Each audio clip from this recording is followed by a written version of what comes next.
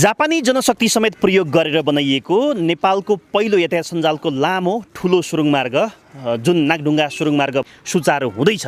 रोडको चाहिँ हेर्दाखेरि राम्रै बनाएको छ, सेफ्टीदेखि लिएर सबै कुराहरू राम्रो बनाएको छ, सिस्टममा बनेको छ। सिस्टममा बनेको छ। नेपालको सडक सञ्जालमा यातायात क्षेत्रमा बनेको पहिलो सुरुङमार्ग नागढुङ्गा 2.6 किलोमिटर लामो। राम्रो छ, सुरुङमार्ग राम्रो छ। हाम्रो यो बस्तीलाई निकास पाइन्छ कि नै, हामी झरेर हाम्रो घर जान पाइन्छ कि नै भन्ने हामीलाई जिज्ञासा छ सर।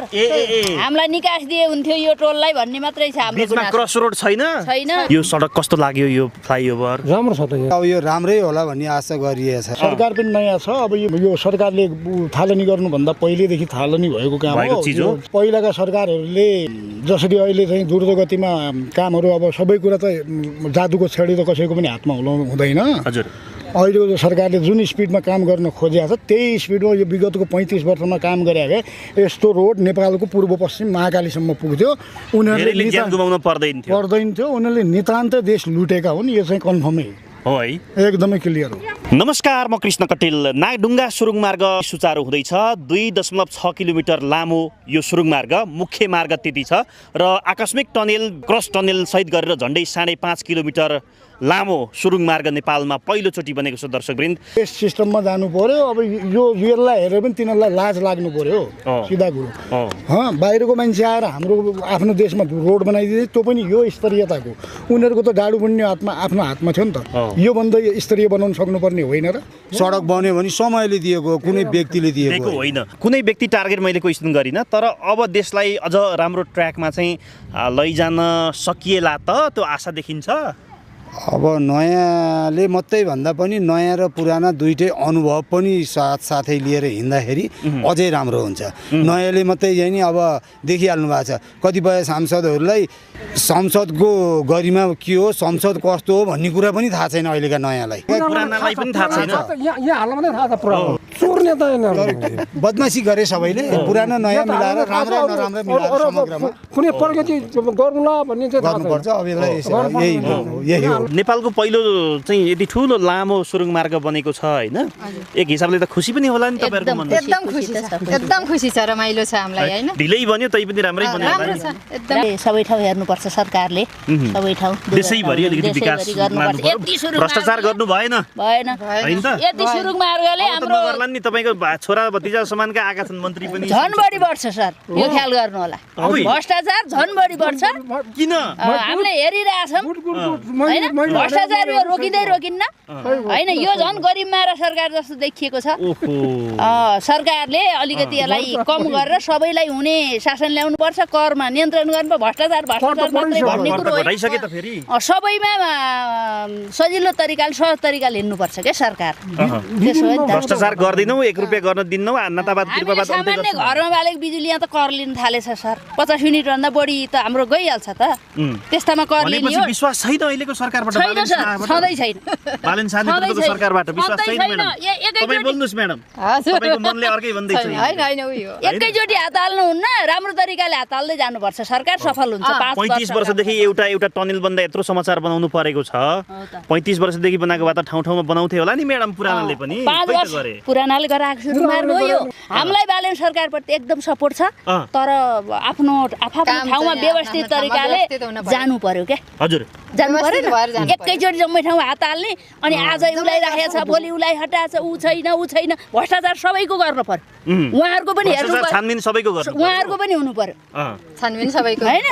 यो त विगतको तपाईँको 35 वर्ष जो डुबाएको छ नि, अहिले त नेपाली तपाईँको सुतेर खानुपर्ने बेला हो। स्पष्ट भन्दाखेरि 35 वर्षसम्म खर्ब डलर लगेर स्विस ब्याङ्कमा राख्ने, विदेशी कम्पनीहरूमा लगानी, महाकाली बेच्ने, रबर उद्योग बेच्ने, सब छाला जुत्ता कारखाना बेच्ने, अब यो सरकारले उद्योग बेच्ने। अब यो सरकारले थालनी गर्छु भनिरहेको छ त। यसका खुट्टा तान्नलाई कहीँबाट 5 लाख उतार्ने रे, कहीँबाट 10 लाख उतार्ने रे, उतार्दै गर रोडमा।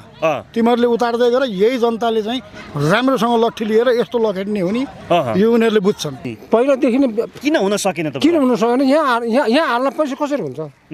नेताहरूले पोल गर्नु पर्यो। नेताहरूले पोल गर्नु पर्ने, कुन ठाउँमा के भइरहेछ, कुन ठाउँमा के भइरहेछ, कुन ठाउँमा विकास छ छैन। काठमाडौँ र धादिङ जोड्ने, विशेष गरी नागढुङ्गा बाटो हुँदै काठमाडौँ प्रवेश गर्ने गाडीहरू निकै जाममा फसे। धेरै इन्धनको खपत पनि भयो र धेरै गाडीहरू जाममा फसे भनेर सरकारले नेपालकै सरकारको डिजाइन हो सडक विभागको यो डिजाइनमा बनेको नागढुङ्गा सुरुङ मार्ग भोलिदेखि सुचारू हुँदैछ।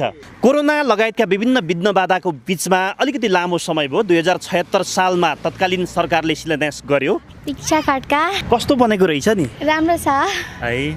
मानिसहरू यति धेरै किन आइरहेको छन्? यहाँ राम्रो छ हेर्नको लागि अनि त्यसपछि उतातिर अलिकति राम्रो राम्रो हावा आउँछ अनि त्यसपछि हावा खानको लागि आइराख्नु भएको हुन्छ। हो अब विश्वको विभिन्न देशहरूमा हेर्दा त यो ठुलो नौलो कुरा होइन, तर नेपालमा चाहिँ फर्स्ट टाइम यो त केही भन जुन सुरुङ मार्ग होइन, फर्स्ट टाइम नेपालको झन्डै 2 किलोमिटर वारपारको ठुलो जमिनभित्रको टनेल जुन बनेको छ होइन, भनेपछि विकास हुँदैछ।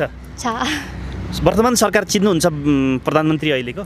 छ नि के अरे बालेन छ है, उहाँहरू त झन् यङ हुनुहुन्छ, अरू ठाउँहरूमा पनि झन् यस्तै विकास गर्नुपर्ने हुन्छ होइन, उहाँहरूले काम पनि थाल्दै हुनुहुन्छ। के भन्न चाहनुहुन्छ उहाँहरूलाई? विकास गर्नला देशको अलि राम्रो होस्, बाहिर देश अमेरिका जस्तै होस् भन्ने सोच छ।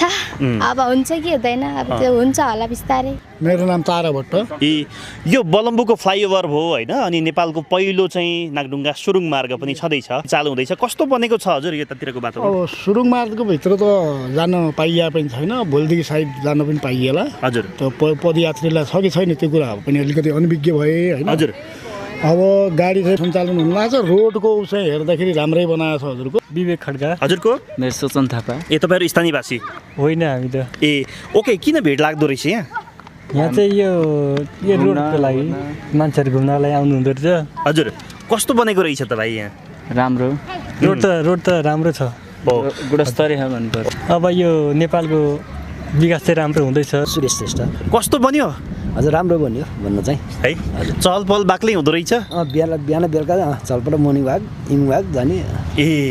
यो बाटोतिर प्राय चहल पहल चाहिँ यसो वाकिङको लागि हो मानिसहरू? अहिले चाहिँ वाकिङ है, यसो टिकटकको लागि, अब यसो भाइरल रोडै भनेर नामै चिनिसक्यो नि। ए हो। मेरो बिमला घिमिरे। हजुरको नाम म्याम? मेरो रमा खनाल। स्थानीयवासी हुनुहुन्छ? हजुर। सुरुङ मार्ग राम्रो छ। हाम्रो यो बस्तीलाई निकास पाइन्छ कि नै, हामी झरेर हाम्रो घर जान पाइन्छ कि नै भन्ने हामीलाई जिज्ञासा छ सर। हामीलाई निकास दिए हुन्थ्यो यो टोललाई भन्ने मात्रै छ हाम्रो गुनासो। क्रस रोड छैन? छैन, त्यही भएर गुनासो हाम्रो त्यही छ। झर्न पाए हुन्थ्यो। हामीलाई त्यो बस्तीलाई निकास चाहियो। हामी कता घुमेर जाने? यो बस्तीका त हामी आउट गरियो। अब यहाँ माथि आएर झरेर त भएन नि त हामी त। घर त्यही छ, हामीलाई झर्न उताबाट सर आउने, ब्रेक लाउने, झर्ने जाने हाम्रो घर जाने हुनु पर्यो। तर रोडै सहित होस् भन्ने तपाईँहरूको? रोडै सहित होइन, रोडमा हामीलाई केही रोकिदिए पनि भयो, बाटो भओस् के हिँड्ने झरेर हाम्रो टोलमा जाने बाटो हुनु पर्यो के। हामी कता गएर झरेर घुम्ने ती हाम्रो बाटै छैन के, निकासै छैन। यसले गर्दा हामी राख्नु होला नि आयोजनामा? राखेका छौँ सर, राख्नलाई पाउनुहुन्छ भन्नुहुन्छ, खै सुनवाई होला जस्तो लाग्दैन। खै अब बनिया छैन बाटो पनि। अब त्यहाँ त्यही पुलतिर जोगिदियो भने, त्यहाँ पुल छ नि त्यहाँ तल, हो त्यही पुलनिर रोके पार हाम्रो टोलमा पुगिन्छ। रमिला राई। यो बलम्बुको कस्तो बनेको छ यो फ्लाइओभर? राम्रो छ, घुम्नलाई राम्रो छ। अरू त अब मानिसहरू टन्नै आउँछन् क्यारे? धेरै आउनु हुँदो रहेछ। जनताले बुझ्या पनि छन्। यो सरकार आएपछि धेरै कुरा अझ बुझ्ने मौका पाए। स्पष्ट कुरा बोल्दाखेरि यी पहिलाका चाहिँ नालायक हुन्, सिधै कुरो। यसमा दुई मात्रै छैन। अहिलेको चाहिँ यो हो भने यो नयाँ सरकार हो, गर्न खोजिरहेछ। खुट्टा तान्ने प्रवृत्ति यिनीहरूको त्यही हो। अब हामीले चोरेर खान पाएनौँ भन्ने हिसाबमा पनि यिनीहरूले चाहिँ तपाईँको यो खुट्टा तान्ने प्रवृत्तिलाई अगाडि बढाइराखेका हो। जनताले बुझेका छन्। यिनले 50औँ फेर निर्वाचनमा गए पनि यिनीहरूले पाउनेवाला केही पनि छैन। यो 25 वर्षको लागि यही सरकार कन्फर्म हो। हस्, धन्यवाद छ। वेलकम। दर्शकवृन्द, अगाडिपट्टिको दृश्य जहाँ चाहिँ हामीले देखिरहेका छौँ, धेरैले भनिरहेका छन् विदेशको जस्तो यो बाटो र सँगसँगै नेपालको यातायात क्षेत्रमा पहिलो नागढुङ्गा सुरुङ मार्ग झन्डै 2.6 किलोमिटर लामो छ। दर्शकवृन्द, नागढुङ्गा सुरुङ मार्ग पहिलोचोटि सञ्चालनमा आउँदैछ नेपालको। 2.6 किलोमिटर लामो यो भनिरहँदाखेरि नाकको फोरा एकदम बाक्लो बनाइरहँदाखेरि, फुलाइरहँदाखेरि वास्तवमा हामी कति पछाडि छौँ भन्ने कुरा आभास पनि हुन्छ। किनभनेदेखि नेपालको पहिलो यो अन्डरपास हो, एउटा गर्वको कुरा हो, समाचार बनाऊ भन्ने कुरा पनि हो। र वास्तवमा यो के नै नौलो समाचार हो र भन्ने पनि हुनसक्छ। विदेशी विकसित मुलुकहरूको लागि यो नौलो विषय होइन, तर पनि जसरी हामीले नेपालको पूर्वाधारमा यसै गरी विकास विगतदेखि गर्न सकेको भए अहिलेको समयमा धेरै सडक दुर्घटना कम हुन्थ्यो होला। कतिपय ठाउँमा सवारी दुर्घटना, सवारी जामहरू कम हुन्थ्यो होला। बाटाघाटा एकदमै स्मुथ भइसकेपछि यात्रा सहज हुन्थ्यो होला, गन्तव्यमा छिटो पुगिन्थ्यो होला, विडम्बना त्यो हुन सकेन। यो अहिले जापानको सहयोगमा बनेको भए तापनि सारा मानिसहरूले, आम नेपालीहरूले एउटा गर्व गर्न लायक राम्रो बनेको छ। हजुरको नाम? मेरो विष्ट साइला। कहाँदेखि हजुर चाहिँ? मेरो त यो डाँडो त काटेर जानुपर्छ। ए नजिकै हो है, जे होस् टाढा होइन? मेरो चितलाङबाट जानुपर्छ। ए कस्तो बनेछ यो जुन नागढुङ्गाको सुरुङ मार्ग भन्छ, जमिनभित्रबाट गाडी कुदाउने होइन, वारपार बनाएको छ भित्र, कस्तो बनेको होला त? सुरुभित्र त जान कहाँ दिन्छ र? दिएको छैन? छैन हो है। यो सडक कस्तो लाग्यो, यो फ्लाइओभर? राम्रो छ त यो। हजुर खेत पहिला खेतेर यो खेत थियो, अहिले यस्तो सडक बन्नु पर्ने ठुलो कुरा हो नि। हो अब यो बनाउनु त विगतको सरकारले पनि थालेको हो होइन? अब सरकारको पैसा चाहिँ हाम्रो नेपाल सरकारको हो, काम गर्ने विदेशी हो नि त। हो जापानको, जापानी टेक्नोलोजी। आजमाले को कम्पनी काम गर्ने, पहिला काम गरेको थियो, अहिले बुढो भयो। हजुर मैले गरिनँ।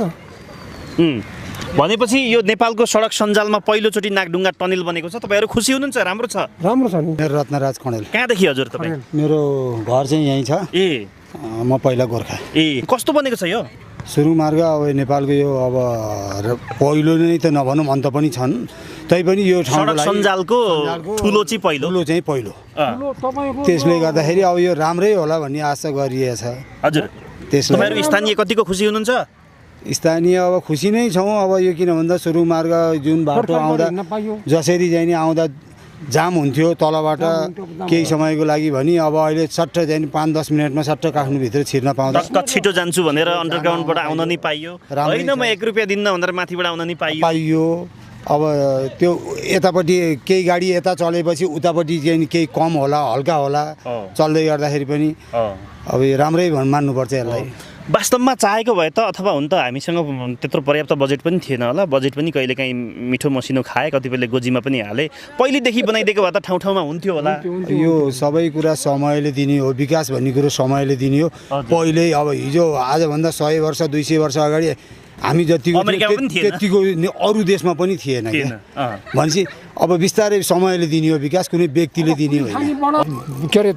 के अरे भोट दिइरहेका छन्, चुनिरहेका छन् जनताले। बेलैदेखि गर्नु पर्थ्यो नि। अब मिलिजुली भन्नाले अब पुरानो चोरले गर्दै गर्दैन हो है, डराइसक्यो त्यो। अब नयाँले गर्छन् त, नयाँले गर्ला होइन, ठिक केही गर्छन्, आशा छ।